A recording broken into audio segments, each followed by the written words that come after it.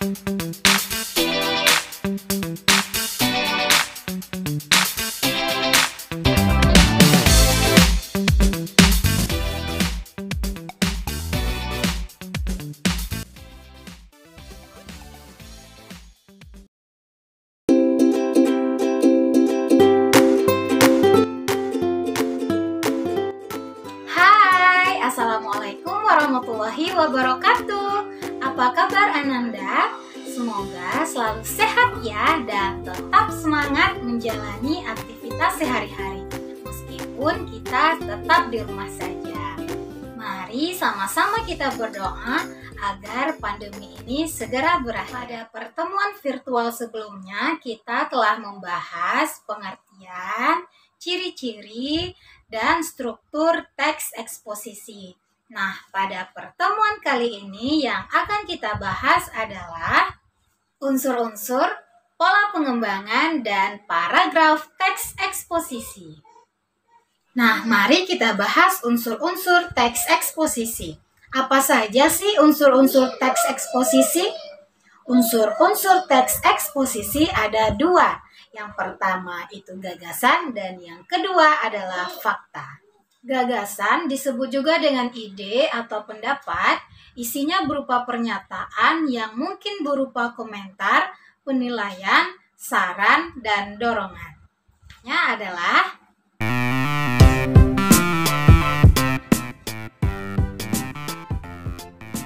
bagaimana dengan fakta? Fakta adalah suatu keadaan atau peristiwa yang benar-benar ada atau benar-benar terjadi. Fakta dalam teks eksposisi berfungsi untuk memperkuat gagasan yang telah kita kemukakan sebelumnya, agar khalayak dapat mempercayai apa yang kita sampaikan. Nah, bagaimana contoh fakta dalam kalimat? Contohnya adalah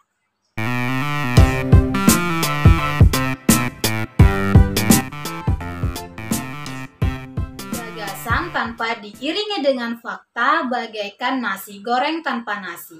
Jadi, dua unsur ini adalah unsur yang mutlak dimiliki oleh teks eksposisi.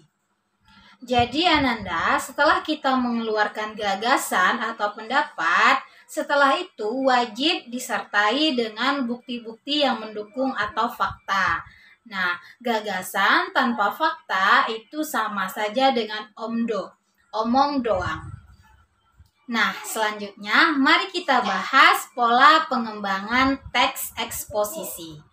Teks eksposisi dapat dikembangkan dengan 4 pola. Pola yang pertama yaitu pola umum khusus. Nah, pada pola umum khusus ini, bagian gagasan utama atau ide pokok terletak di awal paragraf. Kemudian disusul oleh ide-ide penjelas. Nah, pola umum khusus ini disebut juga dengan paragraf deduktif. Berikut adalah contoh pola pengembangan umum khusus.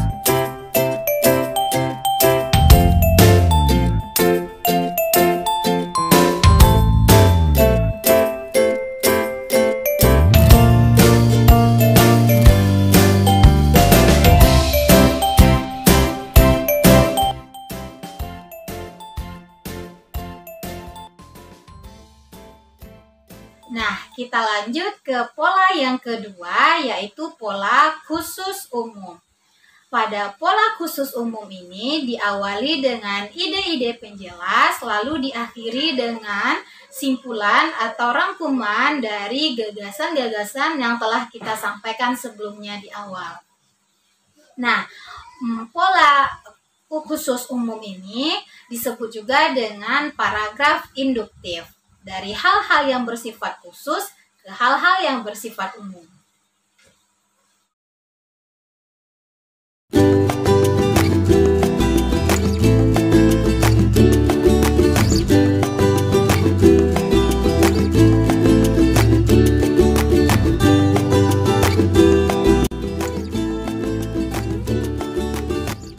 Yang ketiga yaitu pola ilustrasi. Nah, hal-hal yang bersifat umum perlu kita jelaskan dengan ilustrasi-ilustrasi yang konkret.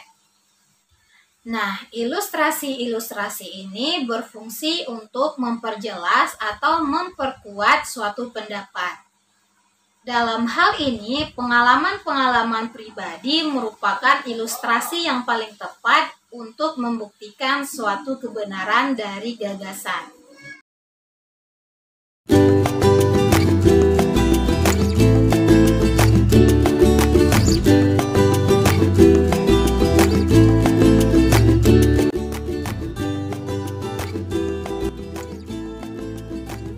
Itulah contoh pola pengembangan ilustrasi. Mengibaratkan untuk mencari seseorang yang tulus dan jujur itu ibaratnya mencari jarum di dalam tumpukan jerami. Nah, tetapi Ibu yakin bahwa Ananda semua adalah bagian dari orang-orang yang jujur dan tulus. Nah, sekarang kita masuk ke pola pengembangan yang keempat, yaitu pola perbandingan.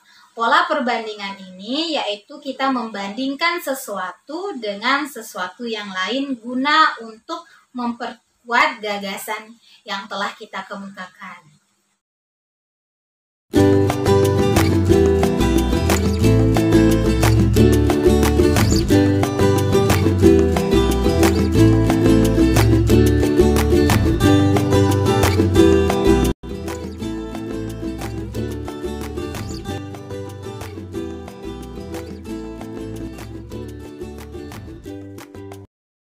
Kita masuk ke paragraf-paragraf yang ada di dalam teks eksposisi.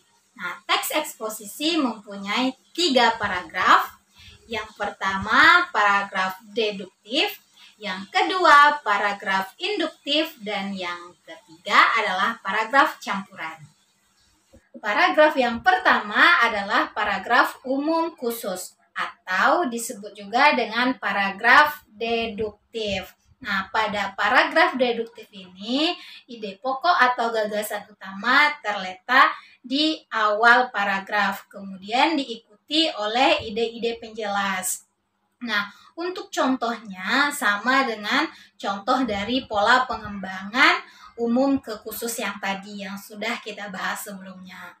Nah, yang kedua adalah paragraf khusus umum atau disebut juga dengan paragraf induktif. Nah, paragraf induktif ini merupakan kebalikan dari paragraf deduktif, di mana letak ide utama atau gagasan pokok itu berada di akhir dari suatu paragraf.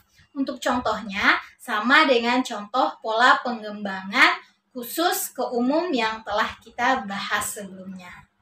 Yang ketiga yaitu paragraf campuran. Nah, pada paragraf campuran ini memposisikan ide pokok atau gagasan utama di awal dan di akhir paragraf.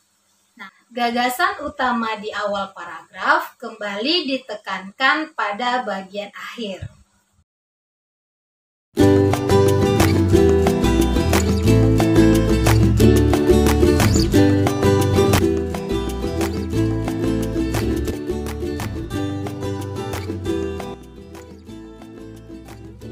Dengan mengetahui jenis-jenis paragraf tadi, paragraf deduktif, induktif, dan campuran, itu akan memudahkan kita dalam menyimpulkan teks eksposisi.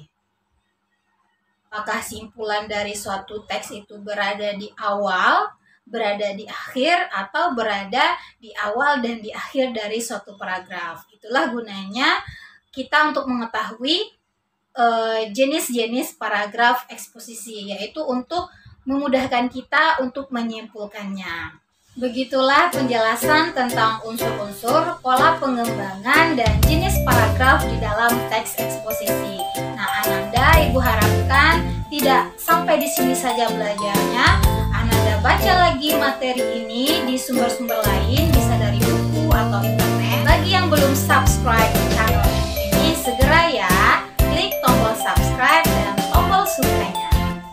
Dan jangan lupa aktifkan juga tombol lonceng agar Ananda dapat pemberitahuan pertama kali ketika Ibu memposting video pembelajaran. Oke Ananda, Assalamualaikum warahmatullahi wabarakatuh. Salam bahasa Indonesia, salam literasi.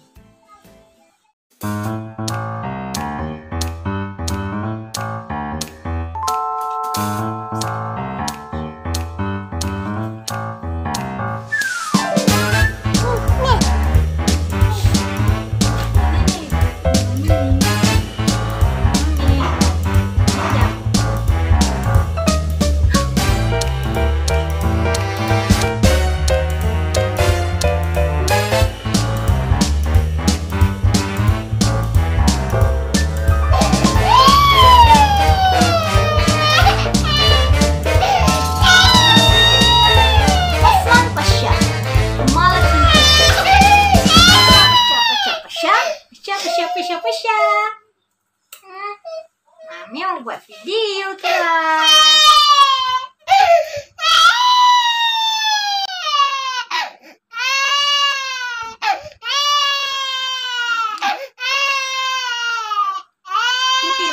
Kila. Hai Kila, kenapa kamu menangis? Siapa yang membuat kamu sedih Kila? Ayo sini cerita sama Mami. Pasha. Kembali cing Pasha. Guys, ini adalah topi dari Kesultanan Turki Kerajaan Ottoman. Sekarang dia datang seperti ini. Aduh, kok. Pasha, Akilah Pasha. Mahmud Pasha.